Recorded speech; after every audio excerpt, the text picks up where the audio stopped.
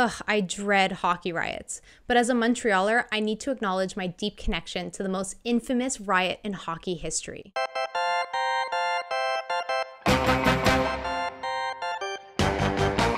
I'm Arizona O'Neill, a filmmaker in Montreal. Montreal popularized hockey riots. Some say we started them. Montreal's most infamous hockey riot happened in 1955. Both fans and historians have dissected it as a touchpoint in a revolution.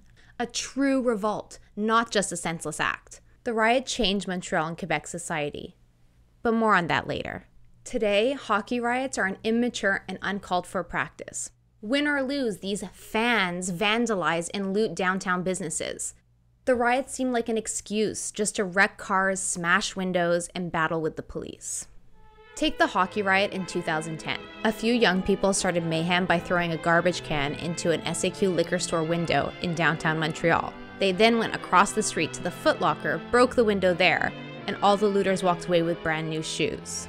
And that wasn't even after an important game. Sports riots had an interesting history before they degenerated into what we witness today. Before our big hockey riot, there were two notable sports riots you should know about. The 1909 Scottish Cup riot and the Johnson-Jeffrey riots in the US in 1910. The Scottish Cup riot in Glasgow erupted after a soccer match where no winner was announced. The match was a draw. The fans, confused and filled with pent-up expectations, felt cheated out of their money. And they weren't wrong. A winless match was unprecedented, so the police didn't know what to expect. The fans went from attacking the police to destroying the stadium. It remains the only time a trophy was not awarded at the end of a final. Soccer's governing bodies learned from that mistake. Then there were the Johnson and Jeffrey riots, triggered by a historic boxing match. At the height of the Jim Crow era, American Jack Johnson became the first black heavyweight champion in 1908. Jim Jeffries, a white boxer who was a former heavyweight champion, came out of retirement in 1910 to defeat Johnson. The Americans nicknamed him the Great White Hope. Gross. Leading up to the game, promoters dubbed it the fight of the century. This feverish build-up, the focus on racial division, and scheduling it on Independence Day all served to rile up white supremacists.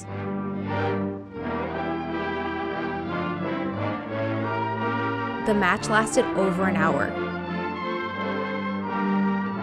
When Johnson knocked out the Great Hope, race riots erupted in 50 cities. It should come as no surprise that the American people projected their ideologies onto both boxers. Sports have always been a place for people to store their nationalist pride. Unchecked, that wounded pride can lead to violence. And this is what happened in Montreal. Historically, French Quebecers were treated as lower-class citizens by Canada's English-speaking establishment. In the 1950s, English Canadians still controlled Quebec's industries and resources. The French made up the majority, yet most were uneducated and poorly paid.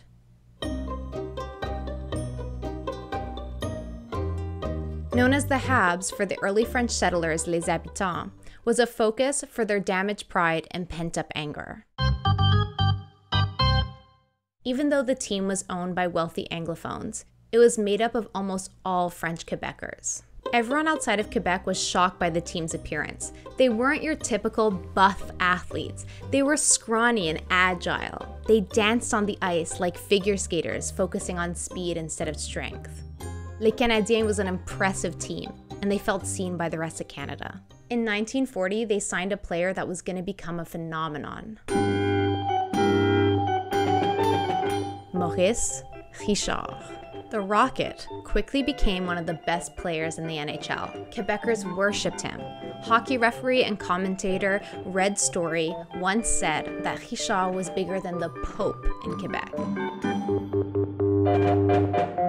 This poor, French-speaking kid from a big Catholic home soon became a powerful symbol of Quebec nationalism. But how did Rocket Richard and the way the NHL treat him trigger hundreds of people to set Montreal streets ablaze?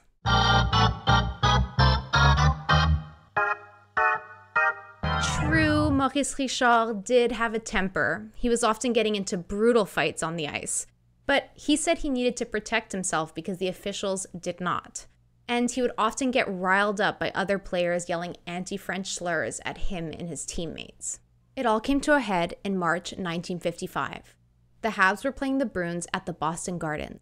With less than 5 minutes left in the game, Bruins defenseman Hal Laycoe struck Maurice Richard with his stick, slashing him above the ear. Richard actually needed 5 stitches. This started a fight, which escalated when Richard broke his stick on the other player's back. Honestly, so far, a pretty normal hockey fight for those times. But then, Richard punched Cliff Thompson, a linesman who was trying to break up the fight. Uh-oh. In Boston and Toronto, sports writers called that unwarranted, a crazed attack. But Richard said he was acting in self-defense, since Thompson, who once played for the Bruins, was holding him back, allowing Laycoe to continue hitting him. Whatever you choose to believe, no good can come from a linesman being hit. Richard was in trouble. By the time the fight took place, Richard had scored more goals than anyone in the history of the NHL. 98 more than the next guy on the list. He was the only player to score 50 goals in a 50-game season, and he held the record for most goals in a playoff game with 5. A legend. Every rival team would have been looking for ways to take him down. The Boston police made a big show of trying to arrest Richard after the fight. The next day, one of the Boston newspapers ran the story under the headline, "Richard goes insane," putting all the blame on Richard for the brawl. Personally, I think Boston played a big part in amping up the public opinion against Richard. Well, they had the NHL president Clarence Campbell on their side, a man despised by French Quebecers as a symbol of English dominance. And considering Campbell wasn't even present during the altercation, the way he went on to interpret the events in Boston and punish Richard would appear to confirm his bias. Campbell ruled that Les Canadiens' star player would be banned, not just from the last 3 games of the season, but the Stanley Cup playoffs as well. In a sport that promotes throwing down gloves and punching each other on the ice, this was an extreme punishment. The Bruins player who started the fight was only given a 5-minute penalty. Les Canadiens had the best player in the league, and they were being punished for it. The people of Montreal took Campbell's punishment personally. They openly wept. One city bus driver was so distraught that he missed the flashing signal at a railroad crossing and almost got his passengers killed. And hundreds of Montrealers took to the streets. Tensions were running high 3 days after Campbell's ban. The Habs were to play the Detroit Red Wings at the Montreal Forum.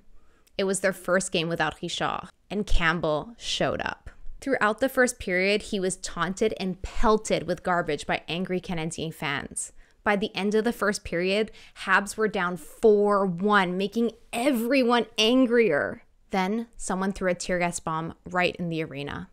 The Forum was evacuated and the Habs had to forfeit the game. 15,000 enraged fans poured onto the street, joining angry protesters who were already outside on St. Catherine Street. It was on. Rioters smashed windows, flipped cars, and even fired shots.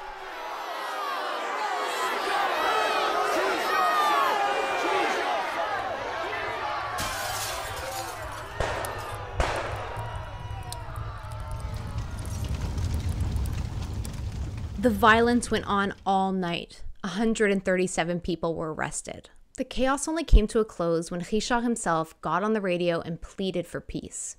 He told the people that he would take his punishment and come back next year and win the cup. And that's exactly what he did. Richard returned to the ice the next season with a fire in his belly. He led the team straight to 5 Stanley Cup wins, almost doubling the team's previous wins. He retired after that streak.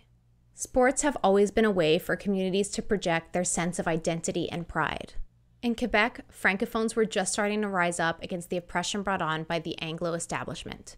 People saw the treatment of Maurice Richard as discriminatory, and for many, this was the last straw. It was soon after the Richard riot that French Quebecers started to take that struggle out of the sports arena and into politics.